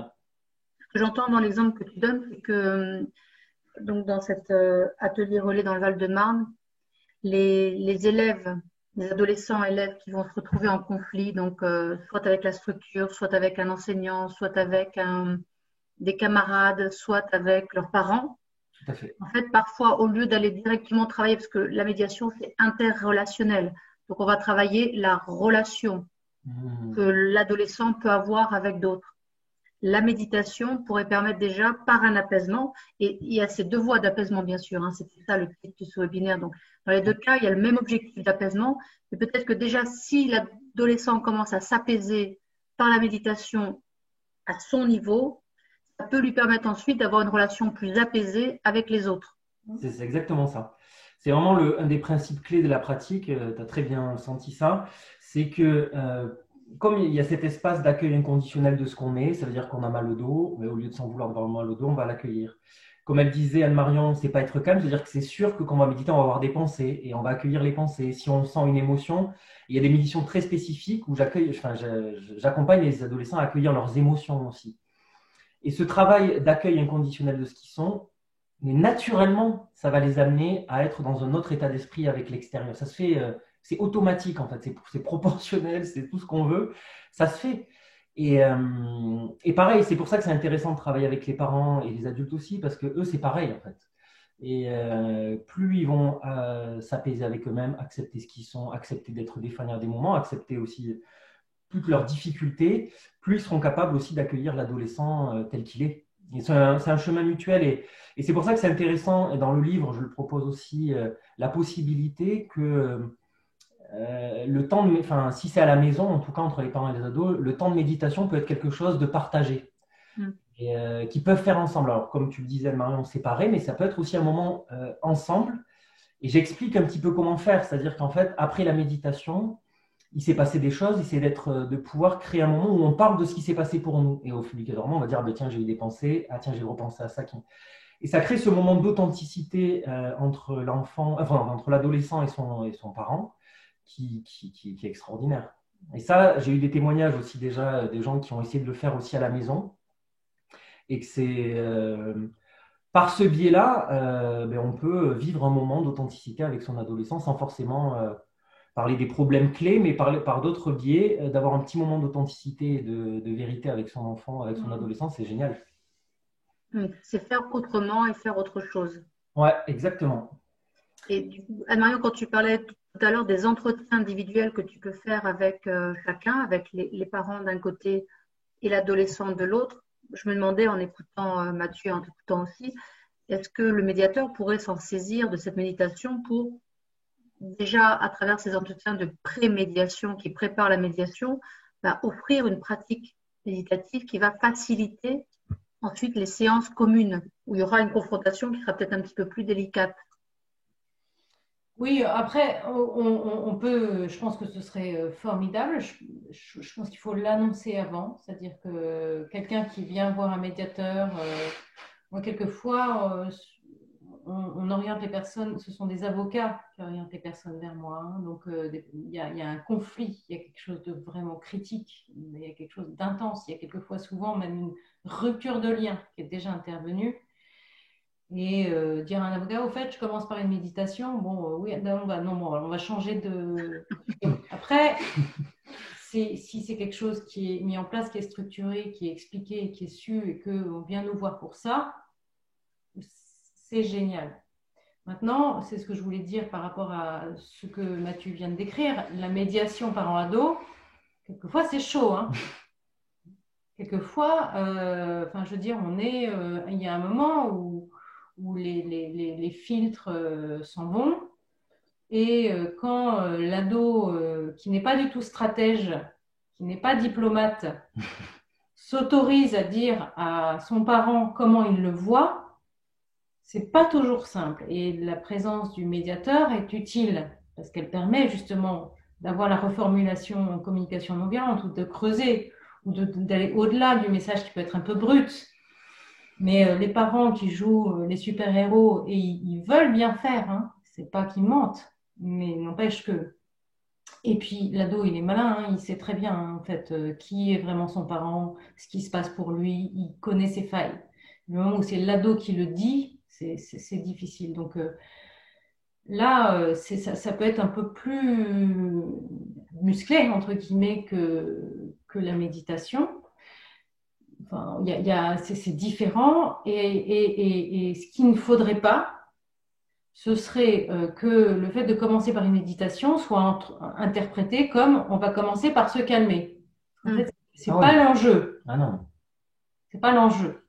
L'enjeu, c'est on va se poser et on va s'ancrer et on va s'incarner et on va s'ouvrir. Oui. Et c'est pas on va commencer par se calmer. Et ça, c'est très important. Ça, c'est la manière dont il faut former les gens qui font ça, c'est sûr. Donc, simplement qu'il n'y ait pas de malentendu. On va faire de la méditation, puis après, on va faire de la médiation, comme ça, tout le monde sera bien gentil. Ce n'est pas l'enjeu. Donc, le médiateur qui fait de la méditation, c'est pas quelqu'un qui va imposer un silence et une immobilité chez les personnes. Ah non, non, non. Non, il faut que ce soit un cadeau, ce temps de méditation. Sinon, sinon ça ne fonctionne pas. Mais ça, c'est encore un des malentendus qu'il peut y avoir autour de la méditation, voire de la médiation. Exactement. Ah oui. Et oui. Exactement. Et on l'entend en analyse de pratiques de médiateurs. Hein. Les médiateurs disent souvent, bah là, je suis pas bien, la médiation, elle part un peu comme ça. Et il y a toujours la frustration du médiateur que ça échoue éventuellement, mais ça ne nous appartient pas, ça. Alors du coup, si on est on est une famille, ou un adolescent d'ailleurs, hein, qui se dit voilà, j'ai un conflit avec mes parents ou un conflit quel qu'il soit, et j'ai le choix entre ça, j'ai bien envie de faire de la médiation ou aller du côté de la méditation. Est-ce qu'il y a des critères pour pouvoir lui permettre à l'adolescent, adolescente ou aux familles, parents, de se dire ok, là, vu la situation, on va plutôt aller, tu sais, ça peut être chaud parfois, donc on va plutôt aller vers la médiation, on va plutôt aller vers la méditation, on va saupoudrer de telle ou telle façon, articuler les deux de telle ou telle façon. Est-ce qu'il y a des critères pour pouvoir s'orienter? Ou se dire ça, non, avec cette situation-là, on ne va pas faire de la méditation, on va pas, même pour la médiation, ce n'est pas la peine. La médiation, on est vraiment sur la parole quand même. On est vraiment sur la parole. Donc, on est vraiment dans l'oralité. Donc à partir du moment où il y a une solution à construire, une situation à établir, une décision à prendre, un dialogue à reprendre dans un lien qui est rompu, la médiation, à mon avis, est quand même plus appropriée. Il y a aussi l'idée du lieu neutre, d'aller se porter à l'extérieur avec un tiers qui est un professionnel, qui peut offrir une confidentialité, un cadre voilà, spécifique. Et la méditation, quand le lien est rompu, ça me paraît compliqué pour un adolescent d'aller proposer de la méditation. Mais bon, après, on peut toujours essayer. Mais... En même temps, quand le lien est rompu, ça peut paraître compliqué aussi de créer un espace de parole et de dialogue. Donc, c'est plus en avant la parole face au chaos du conflit, donc il y aurait, ou le chaos de la rupture, ou l'absence de lien. Il y aurait d'un côté la parole, et donc si on ne veut pas aller dans la parole, qu'est-ce qui fait qu'on va aller vers la méditation? On veut le silence ou on a vu au tout début, pas tout à fait. Parce que la question du silence, c'est permettre la parole. Après, moi, c'est deux espaces différents. Moi, ce que je pense, c'est qu'elles peuvent se marier dans le sens où, comme on le disait tout à l'heure, que des médiateurs puissent se former à la méditation et qu'ils aient une pratique personnelle pour pouvoir développer tout ce que tu as amené un petit peu dans tes exemples. Que des méditants travaillent la médiation pour travailler cette ouverture et de créer ce genre d'espace. Mais après, la méditation, c'est pas penser il n'y a pas l'objectif de transformer les conflits dans une situation difficile. En fait, il n'y a pas de cet objet qu'il y a dans le temps de méditation, dans l'espace de médiation. Donc, c'est pour ça que c'est difficile d'amener des critères dans ce cadre-là. J'ai envie de dire, dès lors qu'il y a une crise spécifique, on commencerait par la médiation. Et puis, éventuellement, quelque chose ayant déjà été transformé, on pourrait aller vers la méditation en famille pour continuer d'entretenir cet espace. En revanche, si on est dans quelque chose de plus quotidien, de plus sourd, mais on est quand même dans un vivre ensemble, la méditation ensemble peut être proposée. Après, l'adolescent, il peut méditer tout seul. On ne peut pas méditer tout seul. Une application sur son téléphone, pas n'importe laquelle, mais on ne va pas le dire là sur la vidéo, il faudra nous écrire. Pour aller chercher des ressources et se mettre dans sa chambre quand il est seul à la méditation ou ailleurs. Donc, ce que j'entends, c'est qu'on peut méditer tout seul, alors qu'on ne peut pas a priori méditer tout seul, quoique entre ces différentes parts de soi, mais on ne va pas rentrer trop dans les détails. A priori, une médiation, c'est avec un autre. C'est pour ça qu'on parle d'altérité. Là, la méditation, ça pourrait être aussi bien pour moi seule. Je n'ai pas besoin d'être en conflit ou en rupture de communication pour faire de la méditation. Non. Non. Alors que si je suis en conflit, rupture de communication, peut-être que ça peut être opportun d'aller vers la médiation. Et en même temps, la méditation, ça peut me permettre de me préparer en quelque sorte. De me préparer à, tu parlais tout à l'heure, Anne-Marion, de l'hypersympathie, hyper-empathie, hyper-sympathie que les parents peuvent avoir pour les enfants, ou le beau-parent qui peut avoir une hyper, si on prend les comptes, une hyper-antipathie vis-à-vis du beau-fils ou de la belle-fille adolescent. Donc, ça permettrait déjà de transformer chacun des protagonistes en quelque sorte, avant d'aller directement travailler le nœud du conflit. Voilà, c'est ça. Pour moi, c'est vraiment ça. C'est-à-dire que à la fois que ce soit le médiateur, la médiatrice, le parent ou l'adolescent, c'est pour ça que ce travail peut-être en amont, il faut penser, mais ça permettrait, dans un moment d'acceptation radicale de ce qu'ils sont, là, maintenant, et peut-être ça peut se faire sur le long terme, ou vraiment même avant un temps de médiation, ça peut vraiment, je pense, favoriser la possibilité de travailler le dialogue dans l'après-coup avec la médiation. Je pense qu'il y a vraiment une... Moi, je le vois vraiment aussi dans les établissements. Ce qui se passe souvent, c'est que la méditation devient un espace, un passage en fait entre deux moments, et que les enseignants sont appropriés un petit peu cette pratique. En fait, ceux qui ont été formés, parce que je les forme, comme je disais, et ceux qui ont été formés, qui ont envie de mettre ça dans leur classe, mettre en place ça dans leur classe, souvent ils le font en début de classe. C'est-à-dire que les élèves, donc il y a la sonnerie, ils changent de classe, ou parfois il y a la récréation, donc un quart d'heure. Et souvent, les enseignants ils disent, quand les élèves reviennent en classe, pour capter leur attention, parfois c'est 15, 20, 30 minutes, et parfois ils n'y arrivent pas jusqu'au bout. Et donc là, de mettre un espace de transition, un peu un rituel de passage entre je rentre dans la classe, enfin, il y a la récréation, je rentre dans la classe, je me pose, je fais 3-4 minutes de méditation avec mon enseignant ou avec un CD, et puis après, le cours commence. Ben là, ils disent ça change tout. Donc, c'est là que moi, je vois qu'il y a quelque chose à faire peut-être dans une forme de préparation, de passage, de moment. Ouais, c'est ce que j'ai repéré en tout cas sur le terrain. Et peut-être que ça pourrait permettre aussi aux médiateurs de mieux se préparer, comme tu le disais, Anne-Marion. Ça avait permis d'être davantage en présence et en écoute des personnes et de toi-même. C'est ça, c'est un moment. Par exemple, c'est même le médiateur ou la médiatrice, elle fait plein de choses avant. Elle va passer c'est tout un passe. Enfin, quand on rentre dans une médiation, il y a sûrement toute une préparation. Et parfois, on n'a pas vraiment le temps. Et là, de se poser même 5 minutes soi-même, si un médiateur ou une médiatrice a été formé, elle va prendre ce temps-là. Si elle ne le fait pas avec les personnes qu'elle accompagne, mais elle peut le faire pour elle-même. Et ça change tout. Là aussi, les enseignants, par exemple, on a beaucoup travaillé la possibilité qu'entre deux classes, il y a un cours qui finit, ben voilà, les élèves s'en vont. Et avant d'accueillir l'autre classe, qu'ils se posent au moins 3-4 minutes aussi. Parce qu'on ne fait plus ces temps de pause. En fait, il y a plein de mini-transitions dans nos journées qui sont des occasions de faire des pauses. Et on ne les voit plus, mais ça changerait complètement notre journée. Ça lui donnerait de l'épaisseur en plus si on se permettait ces temps-là, de repérer ces transitions, ces moments de passage un peu flous, et de se poser à ces occasions-là. Je pense que ça pourrait vraiment aider. Mais surtout, ce qu'il faut comprendre, c'est que pourquoi on dit qu'il faut méditer tous les jours, c'est qu'au bout d'un moment, on médite tout le temps. Pas tellement qu'avant une séance de médiation, il faut que je fasse silence pendant 5 minutes, 10 minutes, un quart d'heure. Pardon pour le bruit. C'est qu'après, on intègre ça dans sa façon d'être. Et cette disponibilité, cette capacité d'écoute, on la convoque quand même rapidement. Alors du coup, je vois qu'il est déjà 7h18. Une des personnes sur le chat a dit, en fait, l'intervention du président, c'est à 19h45.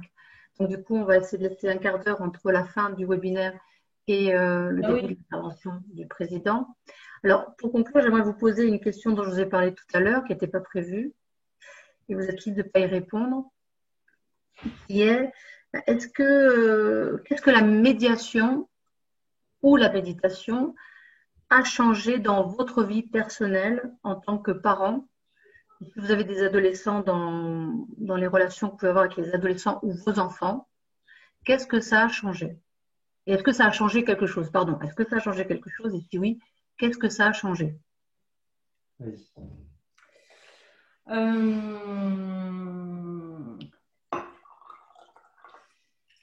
Qu'est-ce que la médiation a changé dans ma vie en tant que parent?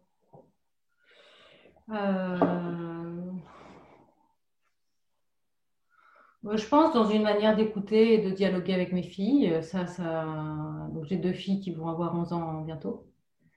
Ça m'a permis sans doute d'être plus à l'écoute et moins en réaction par rapport à ce qu'elles peuvent avoir à dire. Donc de aussi chercher à comprendre avant de juger.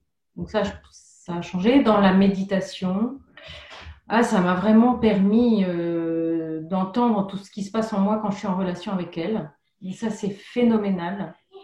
Justement, par rapport à ce que je disais tout à l'heure, quand une de mes filles souffre, quelquefois je me mets en colère. Et puis en fait, je me rends compte que c'est parce que je rejette sa souffrance qui est venue sauter sur moi. Ça, c'est vraiment extrêmement précieux de l'identifier.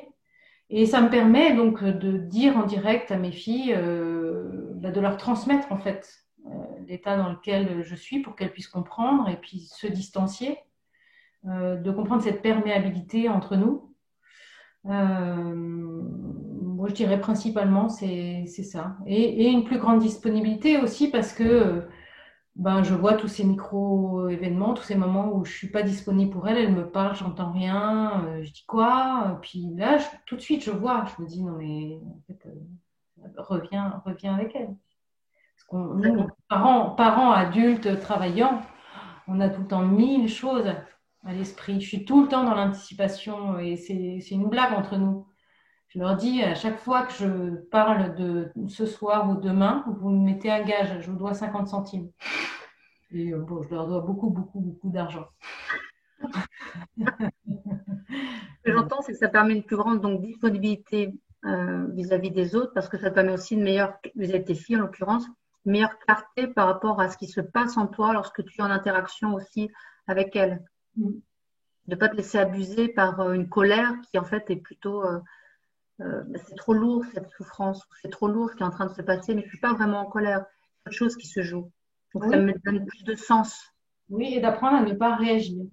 Donc à la fois une plus grande proximité avec ce qui se passe en toi et une plus grande aussi distance avec tout ce qui pourrait t'agiter.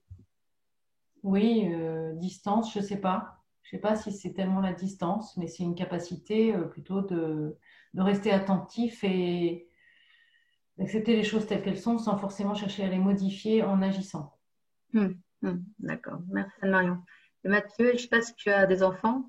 Oui, j'ai des enfants, j'ai des jumeaux, donc j'ai des jumeaux, et qui vont avoir 4 ans, là, à la fin de l'année. Et je crois que donc je méditais déjà quand ils sont nés. Et je crois que ce que la méditation en tout cas a commencé à m'apporter, c'est de voir très très très rapidement que je voulais être un père parfait.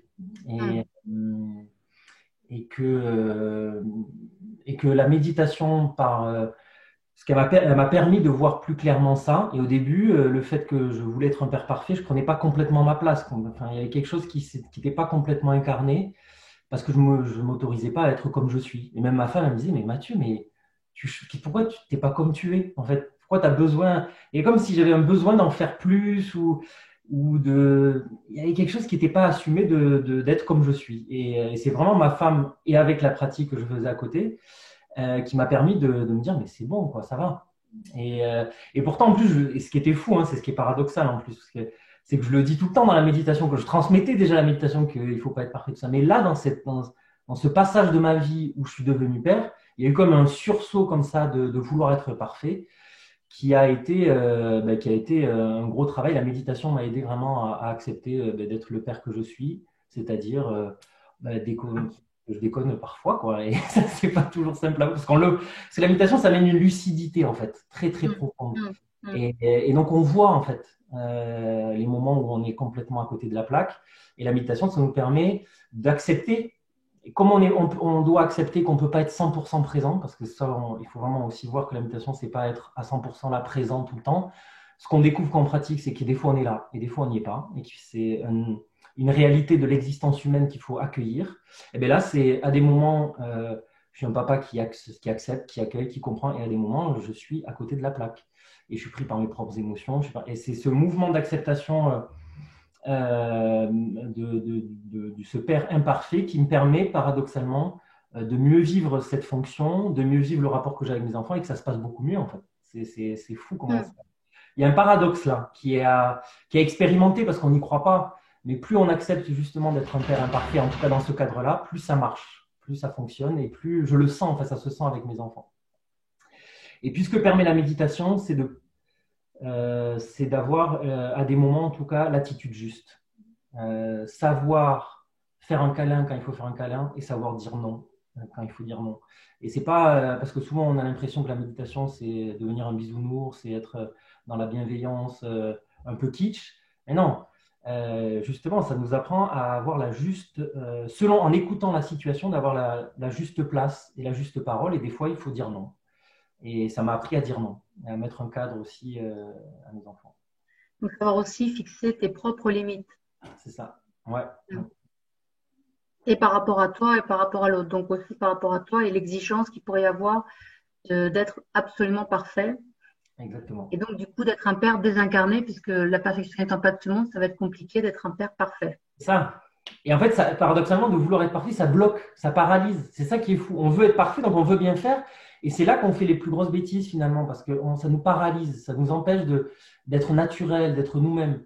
Et en se libérant de cette chape de la perfection, il y a quelque chose de plus libre. C'est là que nos sens sont en éveil, et on est soi-même en fait.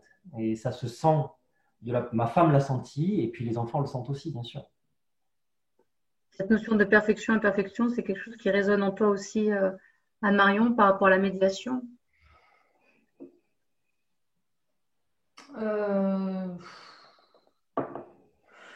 C'est plutôt, je parlerais plus d'un travail sur l'estime de soi, je dirais.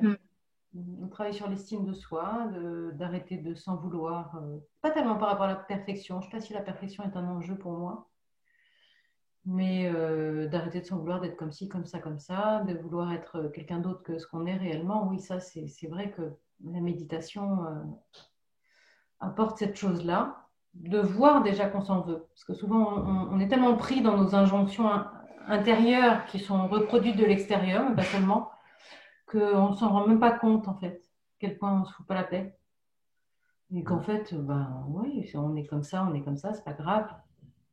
Chacun sa singularité, on va dire. Donc, ce qui permettrait d'avoir un petit peu plus de paix et moins de conflits, ce serait à la fois de pouvoir s'accepter soi, à travers ses vulnérabilités et ses imperfections, mais ces imperfections qui font qu'on est incarné et pas purement abstrait, et en même temps, du coup, de pouvoir être davantage en dialogue avec l'autre, à travers le dialogue, de pouvoir aussi entendre là où est l'autre et sa vulnérabilité, et mieux accepter et comprendre. Ce qui fait que parfois c'est un petit peu difficile, mais c'est aussi ce qui fait que la relation, elle est humaine. C'est ça. Exactement. Et moi, je le vois avec les enfants, du coup, ils s'autorisent plus à être eux-mêmes par le fait qu'on soit libre avec soi-même. Les enfants, ils peuvent s'autoriser à être imparfaits aussi. Ça se fait aussi automatiquement. Je le vois avec les enfants que je sens que ça leur permet de plus accepter leurs émotions. Alors, on verra quand ils seront ados, hein, parce que moi, après, je sais que je rencontre beaucoup d'ados à l'extérieur. Après, quand ce sera mes enfants, ce sera autre chose. Donc, après, il faudra en parler encore différemment, je pense. Dans quelques années, ce sera encore un nouveau cap qui sera passé. Mais ça, c'est sûr que je le vois, en tout cas avec moi, mes enfants, ça leur permet d'être beaucoup plus libres avec eux-mêmes. Je crois que ça les soulage aussi, les enfants, parce qu'ils sont dans un moment de vérité. Et vérité, de toute façon, les adultes cachent pas bien qui ils sont réellement et que les enfants le savent. C'est perturbant pour un enfant, en fait, parce qu'il y a aussi une culpabilité de remettre en cause l'image du parent. Donc là, il y a un soulagement, je pense. C'est sécurisant pour l'enfant, paradoxalement, d'avoir accès à la vérité de son parent, que le parent l'assume. Donc c'est sûr que là, pour les parents, s'il y a des parents qui écoutent ou qui vont écouter, Ces deux pratiques, en tout cas, nous encouragent vraiment à accepter qu'on n'est pas au top tout le temps. Et si, voilà, je pense que c'est le message aussi derrière ce temps qu'on veut partager, parce que nous, on le voit à nos enfants, c'est aussi ça. Et ce sera très soulageant pour leurs ados de voir que leurs parents assument et arrêtent de se cacher, parce que comme tu le dis très bien, en fait, les ados, ils le voient, les failles de leurs parents, même s'ils se cachent, même s'ils disent non, mais moi, tout va bien, j'ai jamais. Mais ils le sentent profondément. Et donc, je pense que ça soulagera déjà les parents de s'assumer et les ados aussi. En fait, ça fera vraiment un cercle vertueux et les ados vivront mieux ce qu'ils vivent aussi. Il y a vraiment quelque chose du cercle vertueux auquel je crois beaucoup. Accepter de se rencontrer sans masque. Ouais, c'est ça.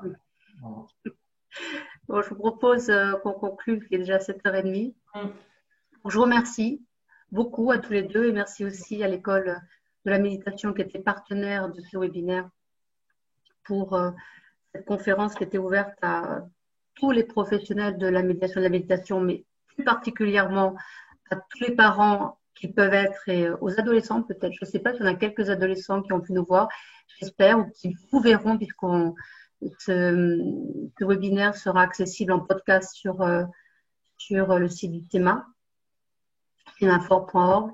Donc, vous pourrez le trouver d'ici une semaine, le temps qu'on fasse le montage. Donc, merci beaucoup, Anne-Marion. Merci beaucoup, Mathieu. Merci à toi. Merci, Catherine. Et merci à tout le monde. On est un peu frustrés de ne pas vous avoir vu, de ne pas vous avoir rencontré, de ne pas avoir bu un verre. Mais l'année prochaine, peut-être. Oui, au départ, c'était prévu en présence. Et puis, vu le contexte, on a préféré être prudent pour le maintenir. Et donc, on l'a fait à distance, ce qui permet aussi de l'enregistrer. Peut-être qu'il y a plus de personnes aussi qui peuvent y participer. Je n'ai pas demandé aux personnes qui étaient présentes de donner leurs origines. C'est ce que je fais en général, d'où vous venez, d'où êtes-vous. Donc, si vous avez encore le temps avant de partir, n'hésitez pas à indiquer d'où vous nous avez vus et entendus. J'ai, je pense, repris les différentes questions qu'il y avait au niveau du chat et des questions aussi et commentaires. En tous les cas, s'il y a des choses qui n'ont pas été vues, n'hésitez pas à revenir vers nous et on transmettra à Anne-Marion et à Mathieu. Donc, merci à vous deux. Merci à l'école de la méditation. Merci à tous les participants. Voilà, je vois Martinique. Bon, oui, il y a quelqu'un qui vous a entendu de la Martinique. Le Liban. Bon, très bien. Voilà, déjà, on est hors des frontières, hors du continent. L'Ardèche. Bon, très bien. Montpellier. Bon, ça, j'aime beaucoup voir. Je demanderai ensuite à Hélène, notre secrétaire, si on a tout le monde. N'hésitez pas à le marquer. On fera une petite carte, comme on le fait de France et du monde, pour savoir qui a écouté. Ça donne une plus grande ouverture. Et nous aussi, ça nous fait voyager par ces temps de, je l'espère pas, mais peut-être pré-confinement. Enfin, on verra ça tout à l'heure. Donc, en tous les cas, merci. Et on se retrouvera en novembre prochain, le 27 novembre, pour un prochain webinaire sur les écrits en médiation. Et ça, c'est un sujet que tu connais, Anne-Marion, puisque tu l'avais toi-même traité en février dernier. Et là, on aura la chance et l'honneur d'accueillir Nathalie Fricero, qui est une conférencière hors pair, que tu connais. Très bien. Oui, pour les écrits en médiation. Donc, ce sera un petit peu plus axé sur le monde des professionnels de la médiation, mais ça reste toujours, comme d'habitude, ouvert à tout le monde et disponible aussi après pour ceux qui le souhaitent en podcast. Donc, merci encore à vous deux. Et Catherine, et merci à tout le monde. C'était vraiment un grand plaisir et de partager tout ça qui nous passionne, Mathieu et moi. Oui, c'est clair. Bon. Et très bonne fin de soirée, très bonne fin de semaine et le meilleur pour les jours et les semaines à venir. Oui, allez, tous devant la télé. Merci bien. Au revoir. Au revoir. Au revoir.